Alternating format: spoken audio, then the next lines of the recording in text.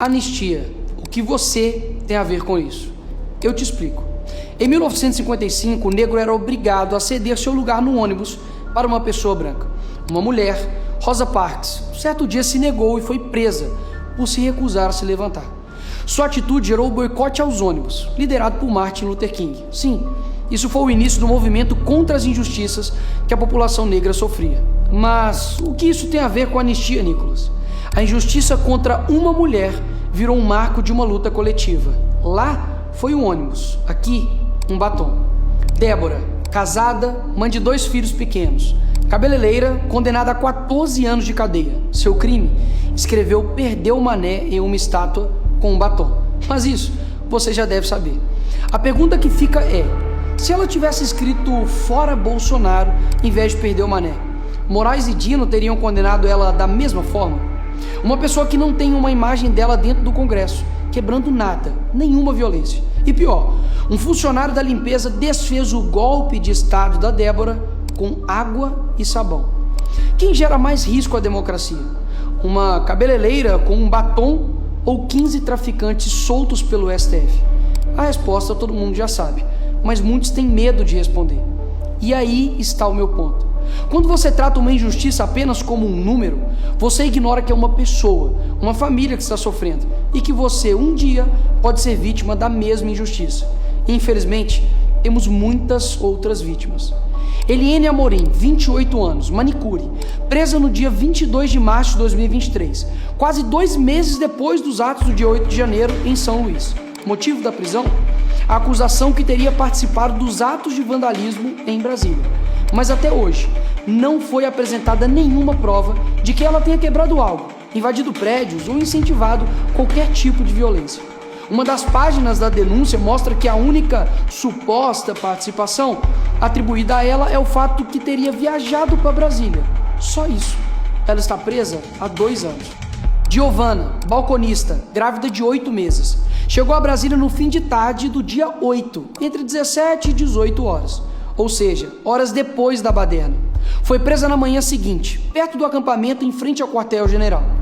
A PGR admite que não há provas de que Giovana tenha participado dos atos. Uma das principais testemunhas, o motorista do ônibus que a levou a Brasília, que poderia comprovar que ela chegou apenas no fim da tarde, quando os atos já tinham ocorrido, não foi autorizada a testemunhar. Adivinha? Por ordem do ministro Alexandre de Moraes. Flávio Beltrão, 58 anos, morador de rua. Ficou preso por 11 dias na Papuda. Sim, um morador de rua. Como isso é possível? Simples.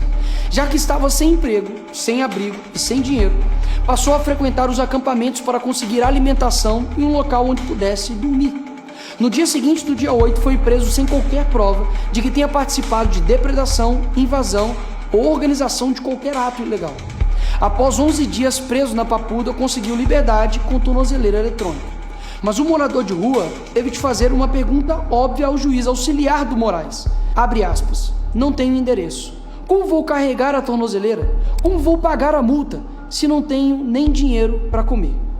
Ezequiel Ferreira Luiz, pai de 6 filhos e condenado a 14 anos de prisão pelo STF. Motivo?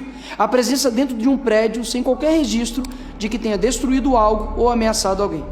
A simples presença foi motivo de receber uma pena maior do que muitas aplicadas a traficantes, homicidas e estupradores.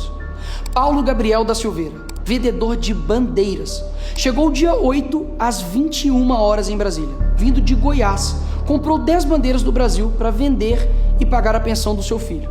No outro dia, vendeu apenas 3 e, em frente ao quartel-general, foi preso, junto com outros manifestantes. A defesa apontou que o rastreamento do celular comprova que ele chegou em Brasília depois que tudo aconteceu e que jamais esteve nas cenas dos atos.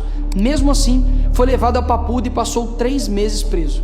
Foi processado e agora condenado pelo STF pela prática do crime de associação criminosa. Todos esses estão sendo tratados como se fossem inimigos da democracia. Logo, no país que a maior apreensão de dinheiro em espécie foi feita na casa de Gedel Vieira, 51 milhões de reais, foi condenado a 14 anos de cadeia e já está em prisão domiciliar. Logo, no mesmo país que um condenado a 400 anos por corrupção, Sérgio Cabral, e fica preso menos de 7 anos e já está solto. Tem proporcionalidade nessas condenações? Mas deixa eu esclarecer ainda mais. Já está bem claro que a justiça tem lado. E se você usar vermelho, tudo bem. Mas se não, tem uma má notícia para você. Em 2006, o MST invadiu e depredou a Câmara. Condenados? 0. Em 2017, o protesto Ocupa Brasília reuniu 45 mil manifestantes de esquerda contra o Temer. Nesse dia, a sede de 3 ministérios foi incendiada e houve depredação em 8 prédios. Condenados? 0. Em 2018, o prédio da ministra Carmen Lúcia foi pichado por integrantes do MST. Sabe qual foi a condenação para eles? 0. Onde estava o STF para condená-los a 14 anos de prisão? Percebe? Não há justiça, muito menos senso de proporção nas condenações. É mera e pura vontade de acabar com a vida de pessoas. Mas, Nicolas, você vai passar pano só porque é do seu lado agora? Claro que não. O dia 8 foi um dia lamentável para o nosso país. Quebradeira e desordem nunca fez parte de nenhuma manifestação da direita. O que nós queremos é simples: justiça. E justiça é punir sem vingança, mas dar a cada um o que é seu, nem mais nem menos.